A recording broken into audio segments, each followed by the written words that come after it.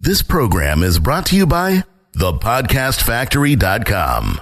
How would you like to get more customers, make more profits, and have bigger breakthroughs? Get Doberman Dan's Profit Boosting Breakthroughs. Normally, this would cost you $98 per month, but right now, for listening to this show, he's giving you a free copy of his Doberman Dan letter. All you have to do is go to DobermanDan.com and sign up to get your free copy now.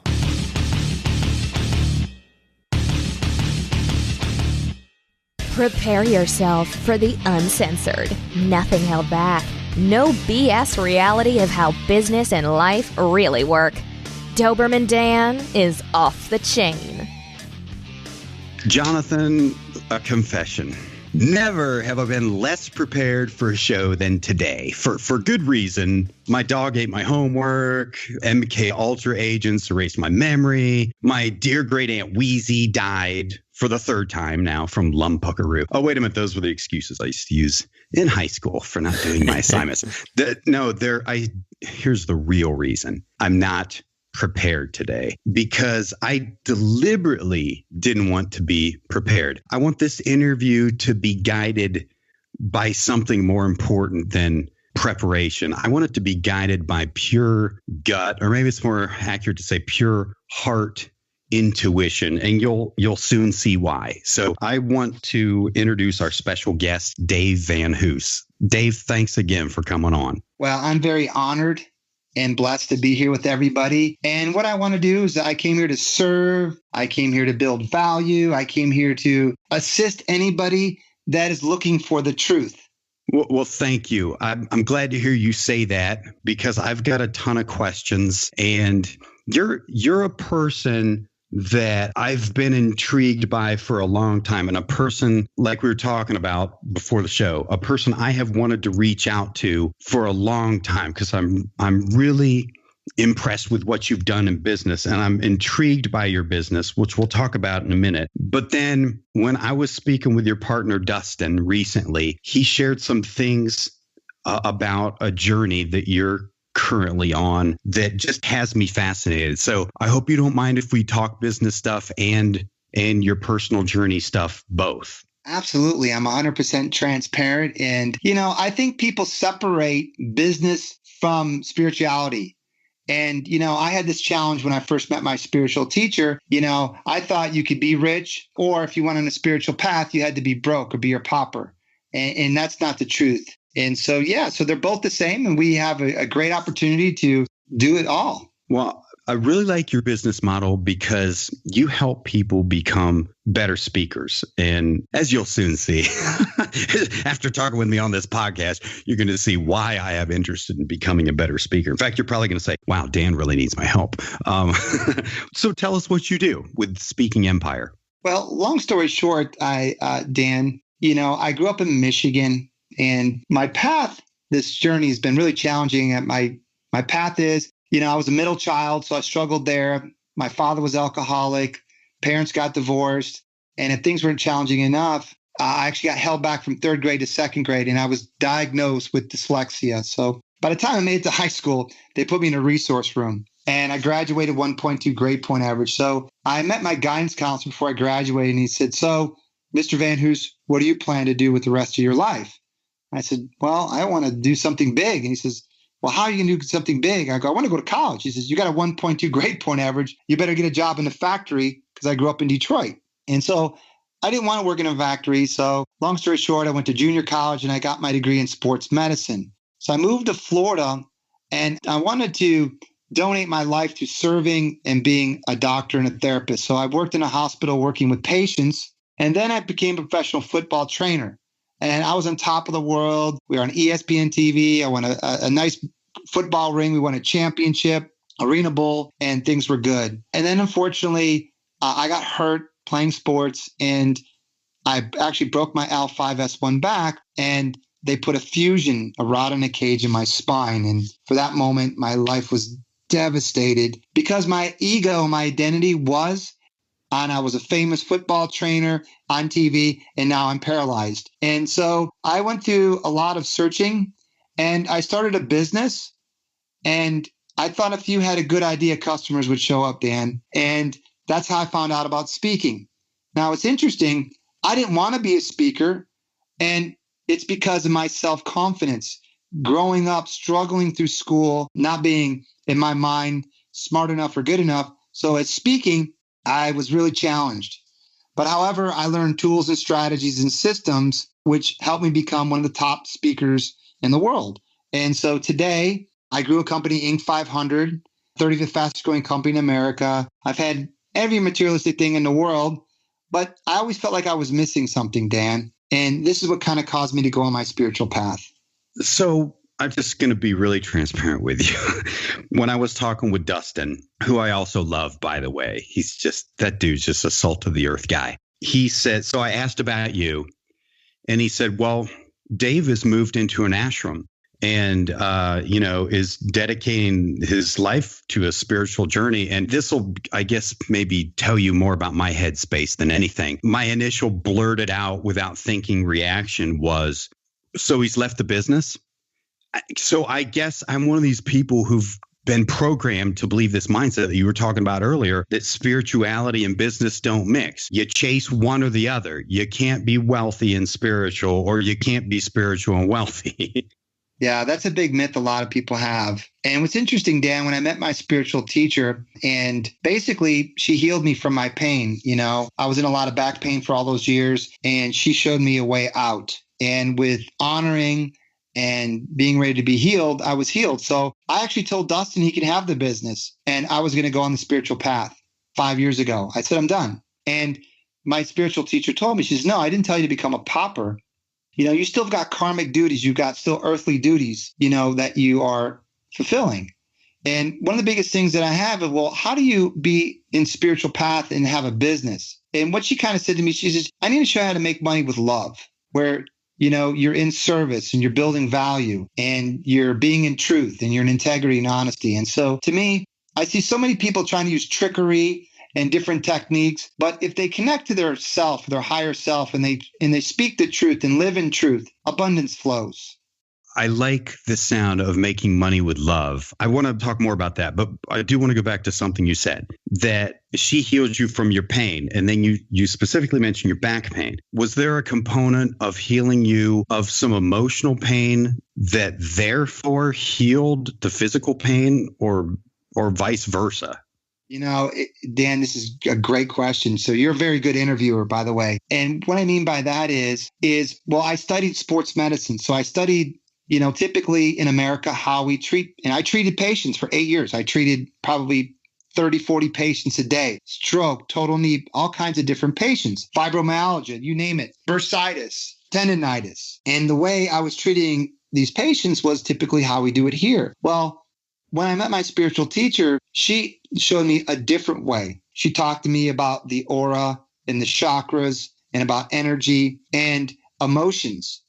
And typically what I discovered for myself is that there is no disease. It's only disease of the mind. I've seen my spiritual teacher heal cancer, diabetes, you name it, allergies, whatever. So in this culture, when somebody has pain, we go after the body. We go after what I call the symptom. But most people don't know it's the aura first. The body is an illusion of the aura. The aura is actually non-physical. Quantum physics have proven this. So if you go after the body with surgeries or drugs or even exercises, you're only going after the symptom. It's not till you look at it a different way that you can really heal yourself. And so I was in pain for 10 years, Oxycontins, Percocets, Darvocets, back surgeries, needles. And with her, she assisted me in basically what you said. Majority of pain is from emotional. And when you relieve the emotional blocks, that's when all the psychosomatic diseases go away. Now, people in our culture who've grown up with the conditioning that we're subjected to, I think a lot of people immediately cry bullshit to that. Other cultures know that's what their healing systems are based on. You ever read any of Dr. Sarno's stuff? Have you ever heard of him? I'm not certain I've heard, but the good thing is I've studied everything and there's all truth. So when you understand the truth, people just put different pictures and branding on it. So what was his teaching about? he's an MD, and for 50 years, he specialized in back pain. Oh. And everybody thought he was a quack because the conclusion he came to is in almost 100% of the cases, it's not structural, it's emotional. And crazy thing, I mean, I've suffered from chronic pain for 30 years. After reading his book, I had a breakthrough and I started going back to the gym. I'm like, he's right. There's nothing structural wrong. And all of a sudden my pain started getting better. That's why I asked you about healing the emotional issues and how that affected the physical issues, because that seemed to be where my path was leading me, that all my physical issues I was seeking help for. I was seeking Band-Aid, solutions for. I was seeking the symptoms treatment. Never worked until, I finally decided I've got to find the answer here. And what I kept being led to was emotional issues. That's the truth. You discovered the truth. So when you said earlier that, in spite of all your success, you just felt like something was missing. Did you know what was missing, or you just couldn't put your finger on it? Well, it's interesting when I look backward, typically as a young, male in America, what I thought success was is what I saw in the movies, a big house. My dream, I'll say my dream illusion, give you a little hint, was to have a big condo on the water with a cigarette boat or a yacht in the back, have a dock, have a nice car, have a pretty girl, be able to travel, be very rich and famous, and for me, I had all that. And it seemed like the more I had, the miserable I was. And it wasn't until I used to have a limo, and I used to take my limo to the football games, and I was out all weekend, having fun. And I'm in the limo and I'm going, and I look around me and it hit me. I'm like, who are all these people? Like, I don't even know any of these people. And all these things that I had, I'm like, who am I? And I started asking the question, what is the meaning of life? Why am I here? Who am I? And what are we supposed to do? And that opened up the door for me to go on a journey to find the truth. And most people think that it's kind of like the movie The Matrix. There is so many meanings in The Matrix that we're in illusion. In the ancient books, it's called the Maya, which is we're in the Matrix. This is an illusion. And what I discovered, Dan, is behind every desire of every wanting is unfulfillment, pain, and suffering. So many people are chasing outside of them. Man, I'll be happy when I become rich. Man, I can't wait till I win this game. I can't wait till my business is successful. And they go through their whole life on a treadmill. If you can just picture and imagine it, somebody just always wanting more fame, more money, more attention, more whatever. And you never feel complete. It's when you change of getting out of the ego or the subconscious and you get in your higher self, where you take an inward journey. And this is where peace, bliss, and happiness lives. That's why Jesus said the kingdom of God lies within. So I know, and you know people who have said, when I get rich, I'll be happy. Or, usually the guys who say that when they are multimillionaires, then what they're saying is, well, okay, I ain't happy yet. But when I become a decamillionaire, I'll be happy. And it's like, doing more of the same, and they're still not happy. But when you know that there's something missing in your life, but you don't know what it is, and you want to search for truth, but you don't know what your truth is, nor do you know where to find it. I mean, how does somebody start? How does somebody who's, let's just say this isn't the right way to describe it. Let's just say somebody who's a complete rookie who has pursued all these things, and maybe they've accomplished a lot in this life, but they're still feeling that like, I'm missing something. Where do you start? Well, my guru, Guruji, she put him G, told me a story. And she said there's a deer. And there's a kind of deer that this deer is in the woods of life. And it has a scent. And this scent is so strong and it smells so well that it runs through the forest and trying to find this scent or the mate. And it's running around and it's running until basically it almost kills itself. Realized that the deer didn't realize that the scent was coming from him within. And so it's a story that basically says that most people are chasing for something outside of them. Well, they don't realize that it's within them. And that's when the true journey becomes, is, when you really start to connect to your true you, when you understand that you're not the body, you're not the mind, you're an infinite soul. Most people are still caught up in the body and what they see. And it's still, you really connect and get into the place of bliss and peacefulness. And one of the biggest things, it's about letting go of attachments, about letting go of all the earthly things that really are controlling people. Most people don't know. People are enslaved by their desires. They're enslaved by their patterns. They're enslaved by their addictions. The whole world is on some kind of alcohol, some kind of drug, some kind of cigarette, some kind of food, some kind of addiction. Maybe it be computer, phone, whatever. And I can see them. You can look in their eyes, and everybody is just in a state of greed. And it's not until you really stop this addiction and get freedom.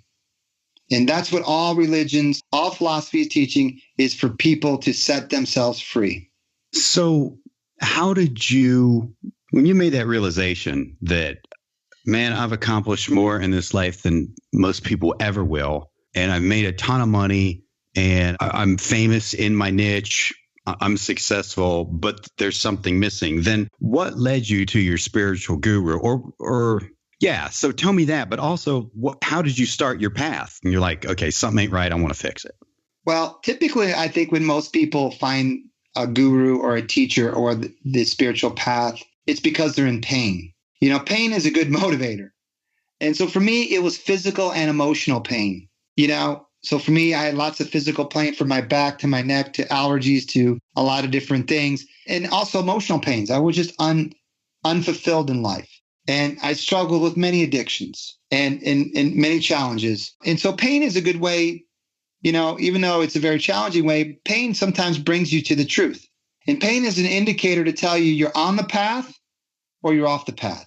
And so if anybody's listening to this and they're in emotional pain, they're unfulfilled, or in physical pain, that is feedback telling you to, hey, wake up, you're off the path.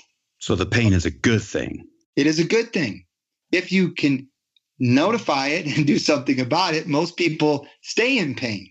And don't get me wrong, I've been working with Guruji here at the ashram. I see her do just absolutely amazing miracles and stuff. And I also define on a deep, deep note, most people, what's really crazy is most people create their own disease.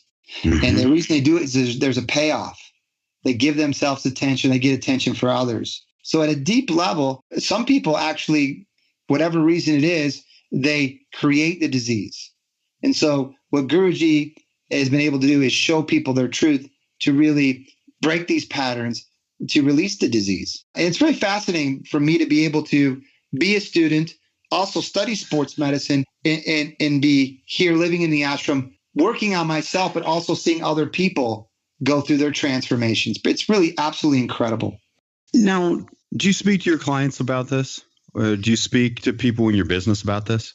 Absolutely. I'm 100% transparent, which, in the beginning, I was a little bit fearful of letting people know. But to me, the most important thing that I can ever do is to share the light, share the truth with as many people as possible. And, being a speaker, being a leader, I'm okay with getting threatened. I'm okay with putting my neck out there for people and for what I believe. And so the beautiful thing, I've been very blessed that haven't been afraid of what people think. So I speak the truth. And some people, love the fact and want to connect with that. And then some people actually think, I'm crazy, or they'll think that, whatever their story is. And I'm okay with that. Thanks for listening. And remember, if you want to create rivers of revenue from your existing customers, then the next thing you need to do is go to DobermanDan.com. He's giving away a free copy of his $98 per month Doberman Dan letter just for listening to the show. Go to DobermanDan.com now and sign up for your free issue. This is the podcastfactory.com.